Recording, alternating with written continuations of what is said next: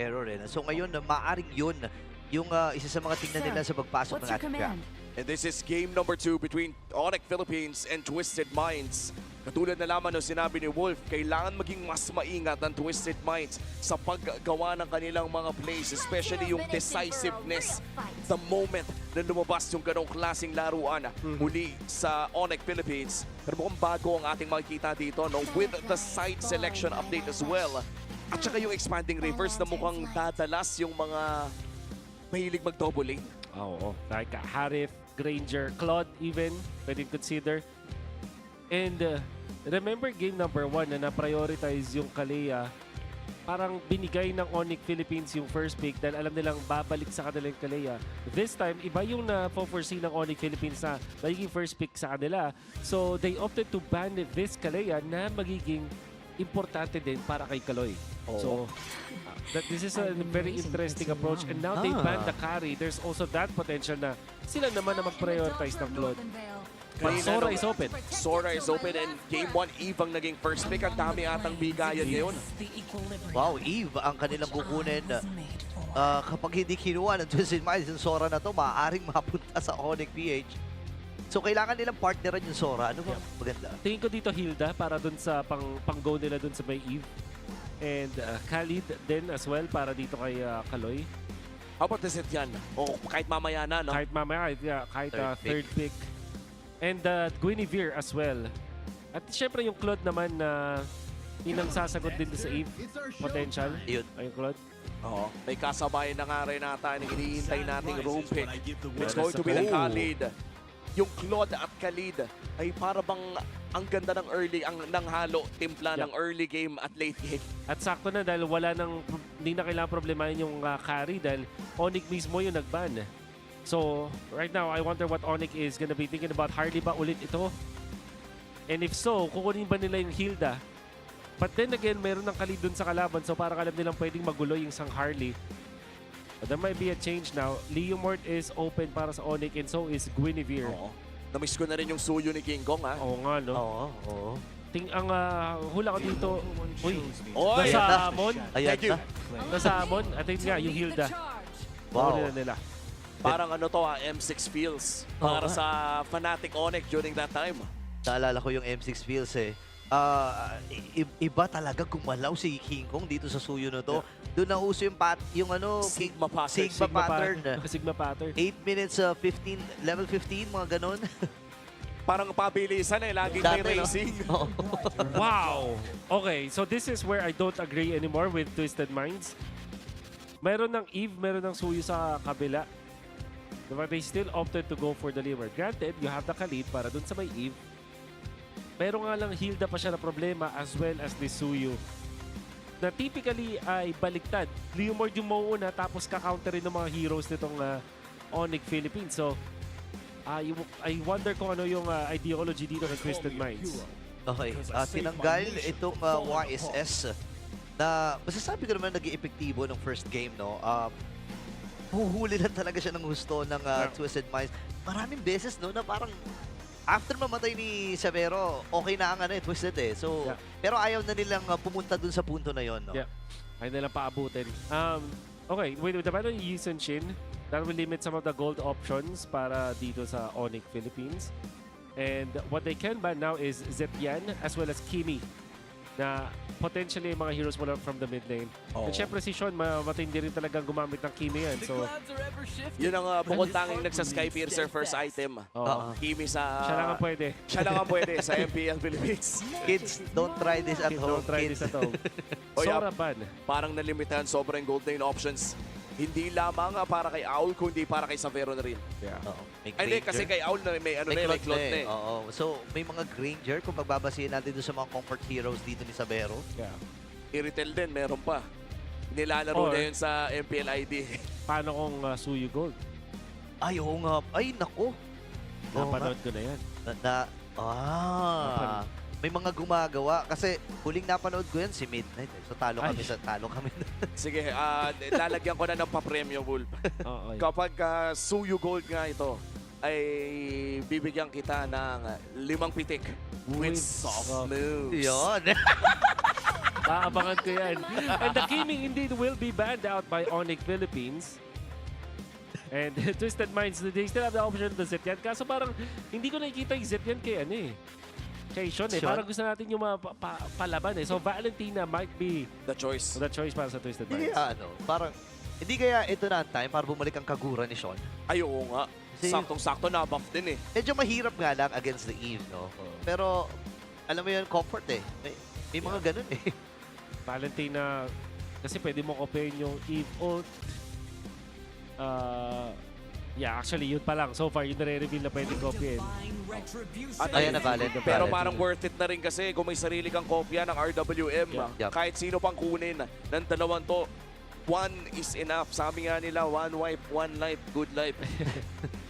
What is the option for Ryota? Phobius and Lapu-Lapu? Is good. O kaya naman, kailangan nila natangkay like Alice ang nakikita ko dito. Alice or Phobius ang potential. Oh, tsaka hindi naman nanakawin yung Throne of Ruin, ang kapal ng cooldown nun eh. Oo. Tsaka at least may control sila pagdating sa sa objective taking kasama ng real world manipulation. Ganda ng Alice dito. Gold lane Sabero. options though, ano kayang pwedeng kunin dito ni Sabero? Kanina ko pa inisip Ranger, eh. Moskov, and Suyo. De, joke lang. Tingin ko Ranger or Moskov yung natitira. And I'm only saying that because wala nang options. Oh. And it's the Moskov. And the Phobius locked in as well on the side of Onyx Philippines.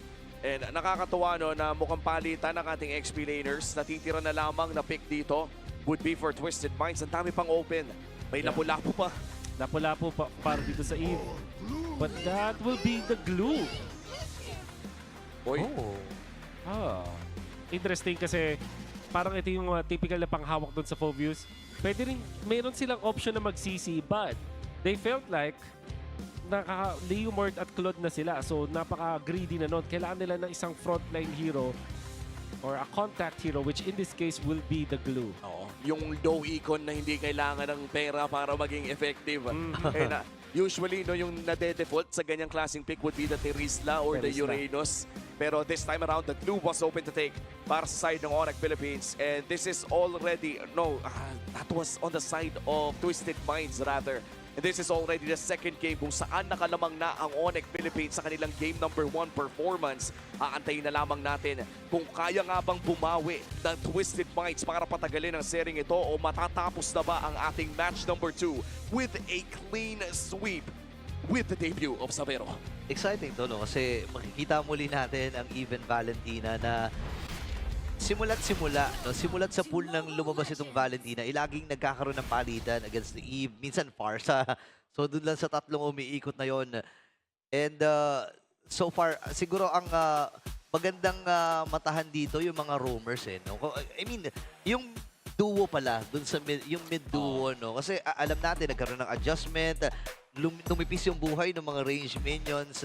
Kaya din makikita natin, mapapansin natin, napakaraming ikot na nangyayari, no? Alam mo, when we look at the changes sa mid lane, parang actually imposible na hindi banggitin din yung mga roamers. Kasi when we look at competitive MLBB in general, pagkasama kasi yan ng level 1 eh. And level 1 wave dictates so much of the early game rotations. And to actually support that, Womi, pag kinakausap ko yung mga XP tsaka mga gold laners, alam nila yung mga 1v1 matchups kung sino lamang o hindi. Pero when it comes to the mid, imposible talaga na titignan mo na mid versus mid lane or roam versus roam. Hindi eh. Mid plus roam talaga siya. So, minsan nagiging even dahil kung lugi yung mid mo, babawiin naman ng roam. Or kapag lugi yung roam, babawiin ng mid. Something like that. So, may yin and yang, may equilibrium, kumbaga dun sa may gitna, that will be decided by the mid lane duo.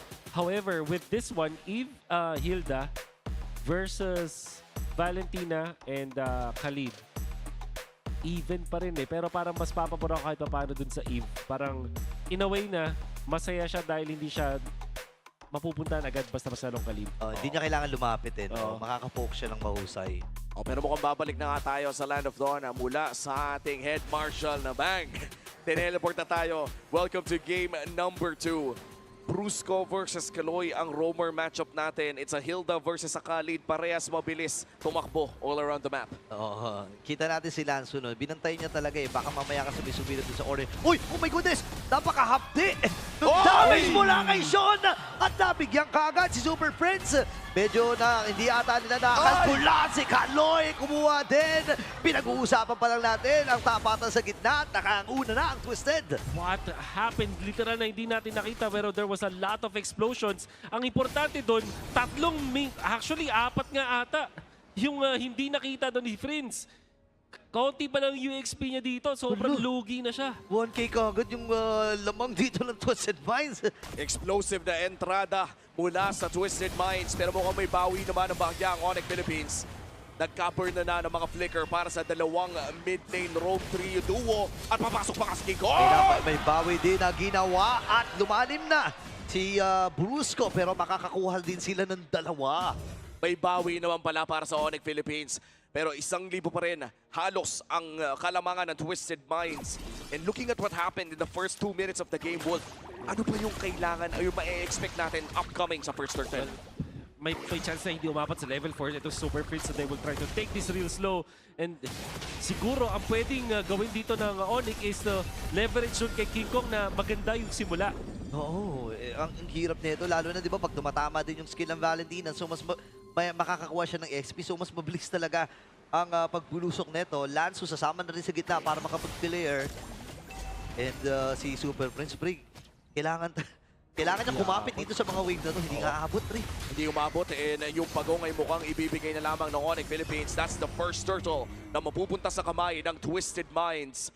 Dahil sa magandang simula na yun ay mukhang nag-snowball na agad sa first objective.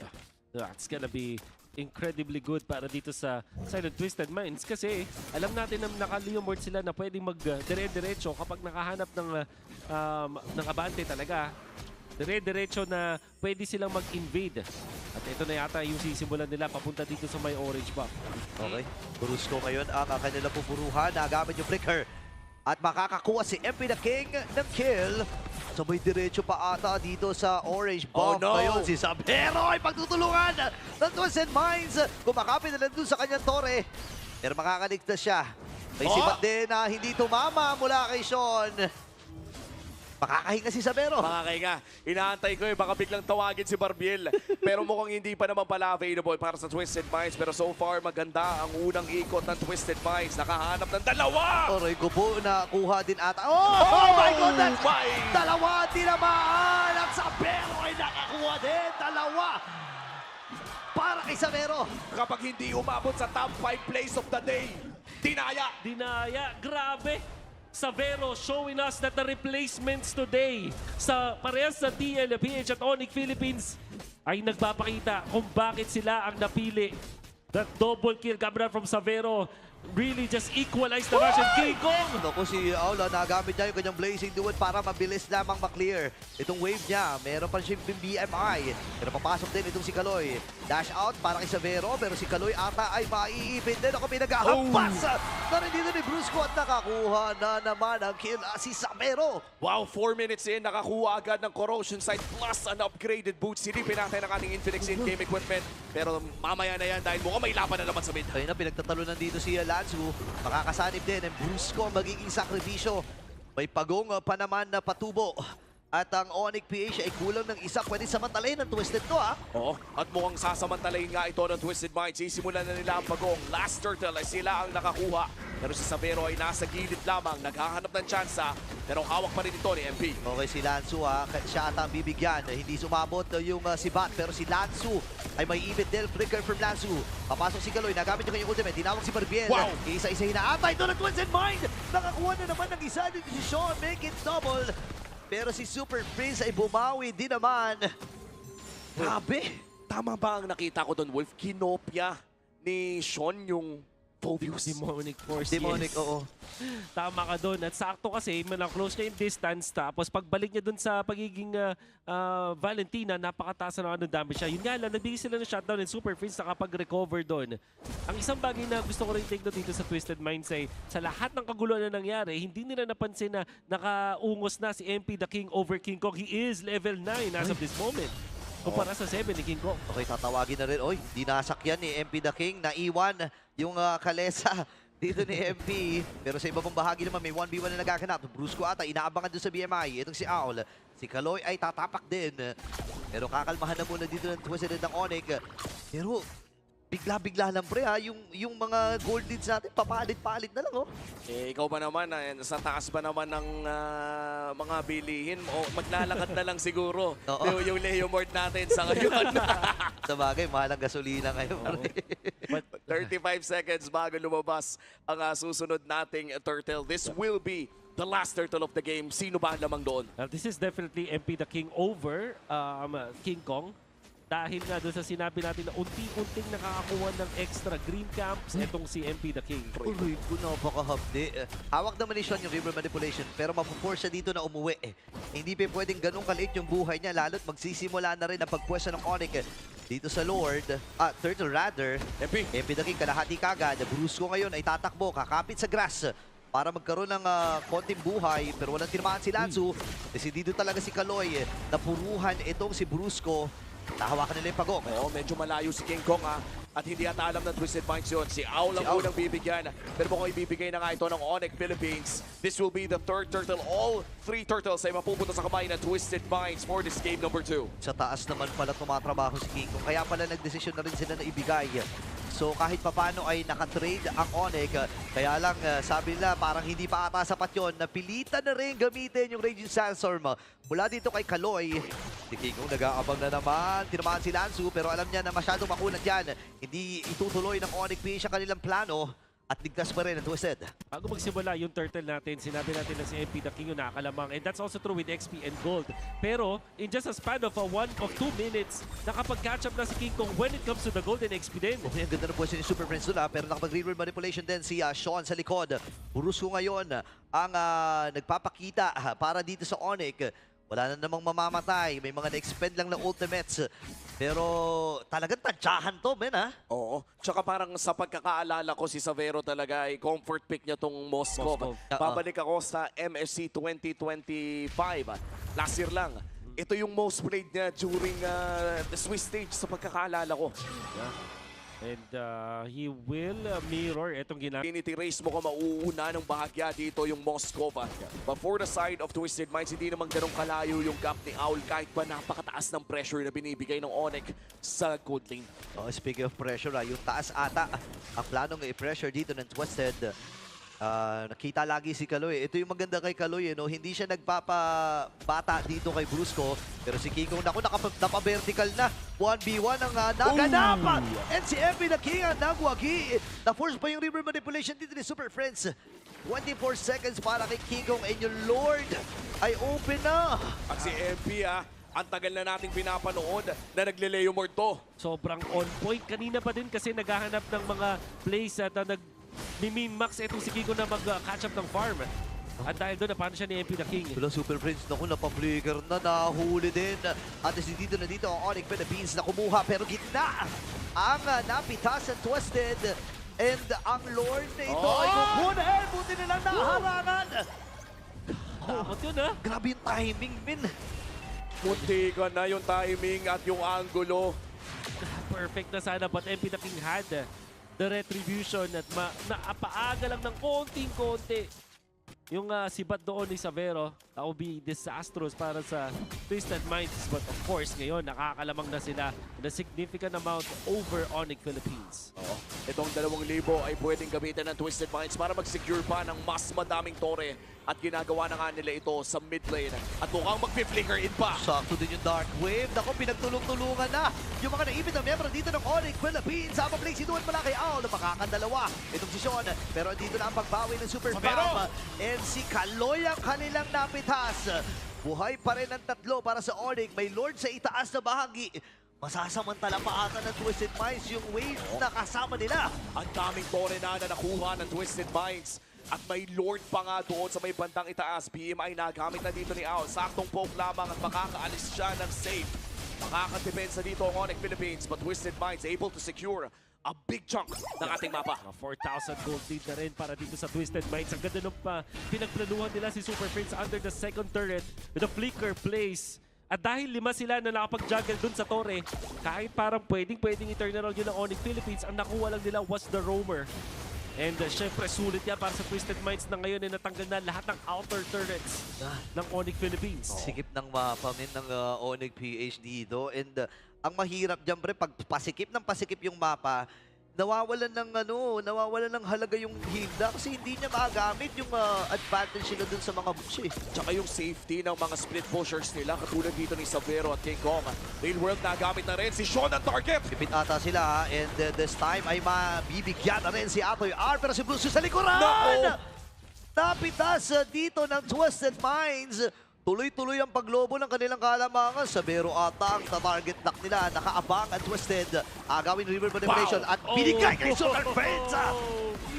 Sean on a mission right now, outplaying si Super Friends. Not an easy feat. And all of a sudden, 3 bigla na patumbaan ng Twisted Minds versus Sonic.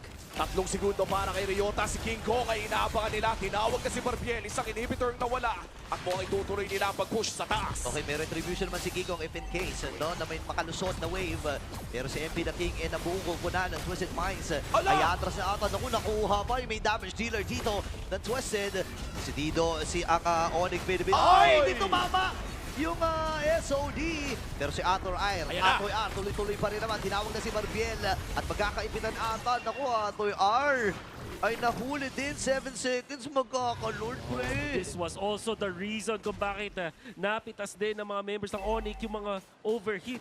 Camila from Ryota, tapos hindi konektado din si Brusco. Ang idea is Brusco onto Owl at si Ryota naman para kay Sean. But unfortunately, 4 versus 4 mangyayari dito na magiging 5v4 na dahil si Owl ay buhay na. Okay, pinuforce nila yung mga dashes dito ni King Oh my Kong! goodness. Siya ay Sean. mabibigyan dito ng Twisted Minds. Wala ang jungler for the next 35 No way! seconds. Pero nakakabawi si Sabero! Tamang sibat! Lanzo kailangan ng umatras. Pero nandun din si Brusco at sasalubungin niya itong si Lanzo. Pero this time, alam nila na wala ang jungler. So babagalan muna ng Twisted. 4 na miyembro ha. Pagdating sa numero ay lamang ang Onyx. Parehas walang jungler. At katulad na lang sinabi mo, 3 lamang ang hawak ng Twisted Minds. Onyx Philippines. Kaloy. Savero ang hawak ng Lord na ito. Nakapunto Ryota, hindi kakabit ang kanyang Dark Wave. At mukhang itutuloy na nga ata nila yung Lord. Hindi! Oy! Uy, walang retrihan na magaganap. Pero doon yung Blazing Duet at si Sabero ang pinupuruan nila. Wow! Kaya si Atoy R, iniligtas itong si Sabero ay Bruce with a kill. Kailangan na lumildi all dahil 10% na lang kanyang HP. Ngayon si Lanzo, hinahanap niya ang rightest target. Sino nga ba ang rightest target? Nandun na rin si King Kong para kunin ang Lord na ito. Pero may river manipulation pa na isasagot si Super Friends. Wala na silang makukuha. Pero yung Lord na sobrang importante para sa Super Farm ay kanilang nabulsa. The first Indonesian import to play in MPL Philippines. Nagpapakitang gilas. At panoorin natin ang replay na ito. Makita namin, napakandang replay. Ang ganda ng ginawa ni Kaloy with the follow-up coming up from Owl. But the outplays from Savero, the life still is enough for them to turn it around. Siyempre, may tulong din ni Brusco kung paano pinoprotektahan ng Onyx Philippines. Etong si Savero, once si Savero, he's trying his best and he's actually doing it para sa team. Uy, Kiko umatras nagamit yung 2 dash. Pero Super Prince, kumakati na rin yung mga pokes mula doon sa kanyang lantern. And this time, yung Lord sa itaas na bahagi, ay aalalayan na rin ni King Kong. Kailangan magmatsyag ng Twisted. Yeah, Twisted Minds mukhang kailangan na nga nila dumepensa sa Lord na ito. Brusco giving some vision mula dito sa Onyx Philippines pero bumabawi na sa Torre. Ang side ng Onyx, hawak na naman nila maliit na kalamangan. Pero big immortality pick up para kay Kaloy. Pwede siyang bumili ng mataming oras para sa Twisted Minds. Ay, yung gold din hawak na rin ng Onyx PH dito. Sumahapdi-hapdi. Oh, wait lang. River Manipulation. Inunahan na ni Super Prince. Ang baba ng buhay ni Sean. May hawak din na sariling River Manipulation ng Twisted Minds. So, kailangan lang ilinya ito mula doon sa Raging Sandstorm ni Kaloy. Ngayon, makakahinga ng bahagya ang Onyx PH. Hindi natin matatanggi. Wala pa rin naman silang gitna. Pero mabilis na lane kasi yan eh. So, mabilis na din para sa Onyx na i-clear ng i-clear yan. The thing sa late game, ang tinitignan is yung mga long lane. And yung mid lane, hindi na masyado nagmamatter. Ito yung least priority sa pag-push mo na paggawa ng inhibitor turret sa mga Lord Dance. Still, that's an advantage though para sa Twisted Minds. Hindi pa rin natin pwedeng deny na kailangan niyang sagutin ng Onyx Philippines. There was even a threat mula kay Owl na mag-split push nangyayari yung Lord. Not enough lang talaga na leeway for himself. But we can now feel etong damage output coming out from Savero that also picked up the wind of nature. Kayang-kaya na. Now it's just gonna be up to Kinko, who also picked up his last item, full pack with that BOD. Napakasakit na ng parehas na kupunan at this point, and 40 seconds in, iniintay na lamang natin ang pangalawang Lord or no, third Lord of this game. Pinag-usapan natin kanina nung game number 1 na napakatahimik na kapag pumasok ang game 2 ay high octane na ang ating ine-expect. In minute number 1 ay nakakita tayo ng 4 na players na nagsusuntukan sa mid lane, and now 16 minutes in, napakataas naman ang ating kill score. Yeah, umabot na ng 27 ang ating kill score dito. King Kong, ito yung pahirap ng pahirap eh. Sumasakit-sakit na yung Evil Queller. And kapag si MP or even si Sean ang tinamaan ito, talagang mararamdaman.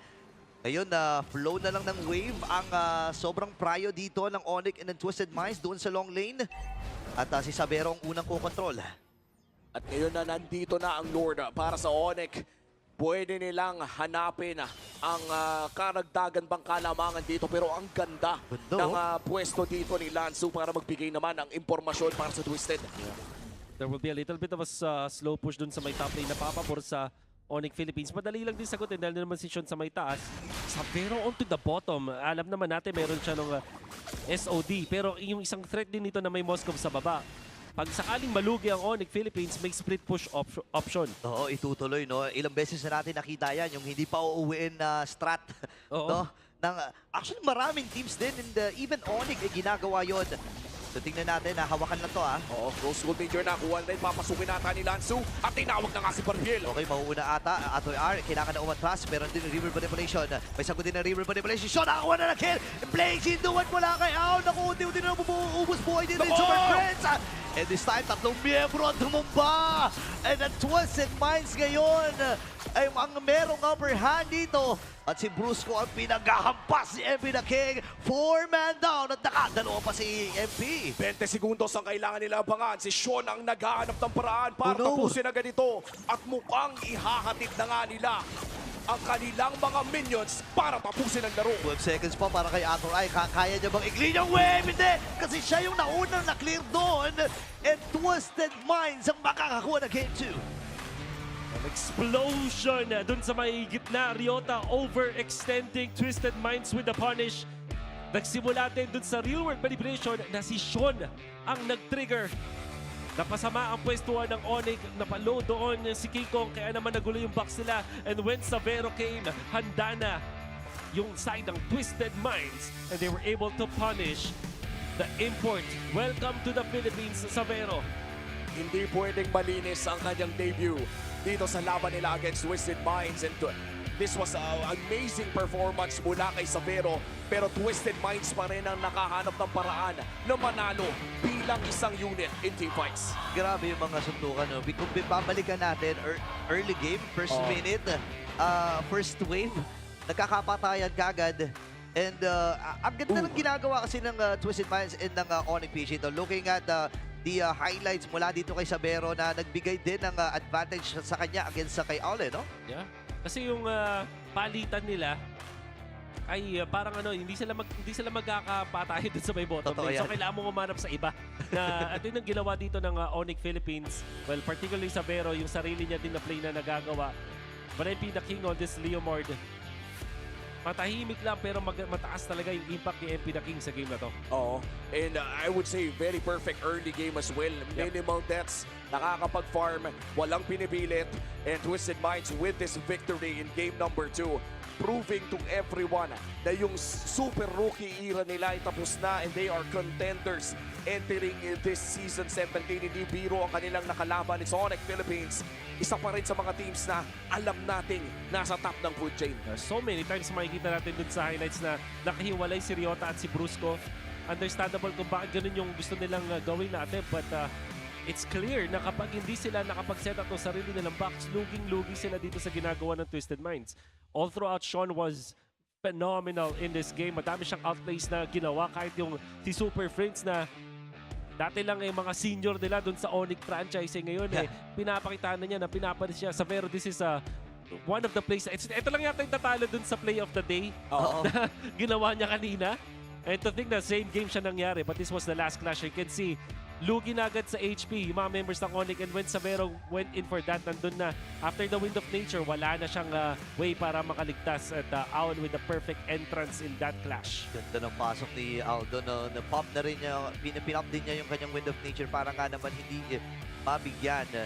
And nag-attempt pa rin naman si King Kong, no, na makli ng mabilis. Alam natin kung gaano kataas ang gear wave ng isang Suyo, pero sa overwhelming damage na nanggaling dito sa Twisted Minds, talaga natunaw siya. at ating game MVP para sa number 2 ay walang ibang si Sean on his Eve performance. Sumasayaw na pala si Eve pagkatapos mag-real world manipulation. Ay, Siya si nakaayaw na Valentina. pala si Sean. Balen, Sorry, Balen, ilang Balen. beses niya kasi inagaw eh. Marami kasi siyang pwedeng maging skill kasi marami siyang pwedeng gayahin. Totoo. So kaya yan na nakita natin na MVP of the game is Sean. It started with that mid lane. Nakakatawa kasi 'di ba bago mag-start yung game nagkaroon ng pause. Sinabi ko pala na baka mas lumamang yung Eve. Mas masaya siya, pero hindi yung magandang plays coming out from both Kaloy as well as Sean na nakakuha pa sila ng first blood na dinayan pa nila si Super Prince. That forced Onyx na mag-slow down ng game nila, at ang naging resulta nun, parang lagi silang naghahabol doon kay MP the King at sa Twisted Minds. At balikan natin ang highlights ng game number 2. Naging mas mataas naman ang kill score sa laro na ito kung ikukumpara sa ating game number 1. So para sa mga Action Jackson fans natin dyan sa stream ngayon at of course live dito sa Victoria Sports Tower in the MPL Arena, ay mas madalas ang naging hiyawan natin dito. Oo, ang dami mga team fights na naganap, no? Siguro, magaling kasi yung magkabilang kupunan na mag-punish ng mga overextensions, no? That's right. Notably dito kay Atoy Arno, ilang beses nasisipat dito ng Twisted Minds. Ayan, no, isa pa to sa mga naging reason bakit nahirapan din sila. No? Yung mga baits ng mga ulti ng Twisted Minds, no? Yeah, ang ganda rin nung pag in and out, I guess, ng Twisted Minds dito. And I guess kasi yung diskarte nila ganun din eh. Parang natutunan nila na yung Onyx gusto mag-in out from game number 1, mag-poke battle. Gawin So, natin. parang ganun na rin ginawa nila. Pero this time, mas meron din sila nung connection with Sean na pang-dive naman. So, I think ang isa sa mga reason kung bakit successful yung Twisted Minds sa previous season is yung paano sila mag-commit or yung pumatol sa isa't isa. Kaya sila nananalo, and sometimes yun din dahilan ba't sila natatalo. But in this game, laban sa Onyx, they felt like kailangan talaga nilang mag-fully commit at mag-convert dun sa mga kills at mag-punish nung mga ginagawa ng Onyx. Especially dun sa positioning na nakahiwalay si Ryota, nakahiwalay si Brusco. Alam mo, napakahaba ng mga laro natin ngayong gabi na ito. Majority of our games lagpas 16 minutes talaga. Umabot pa nga ng 30 yung pinakauna nating laro para sa sering ito. And with this 18-minute game na ngayon naman ay Twisted Minds ang nakakalawang. Parang wala naman natatahing nakitang kakaiba ng mga build. This is very much classic MLBB. Nagkatalo na lang talaga sa kung paano nga nila nilaro ang kanilang mga komposisyon. At katulad ng sinabi ni Wolf, naging maganda yung pinakita ng Twisted Minds in terms of yung pagdadive nga dito ni Sean. Nakasabay na rin nila Kaloy at MP. Oo, ilang beses natin nakita. And siguro si Sean din, isa talaga sa mga naging highlight dito eh. Napakarami niyang mga saktong river manipulation. Dumating nga sa point na mas nakakapitalize pa niya yung river manipulation, no? Bukod doon sa final team fight natin, meron pa si Sean ginawa eh. After kunin yung river manipulation, kinulong si Super Prince kahit nandun nasa ilalim ng Torres sa may top lane. Doon natin masasabi kung gaano kataas talaga yung expertise ni Sean pagdating sa hero na to. And ganito ka-OP ang isang Valentina sa ating meta. Yan talaga yung Diba? Valentina. With the Kimi being banned, at sinabi din natin na may potential na piliin yung Valentina, it was the choice para sa Twisted Minds. Kahit wala pang clear na ibang kokopyahin, parang Eve Ultimate pa lang, parang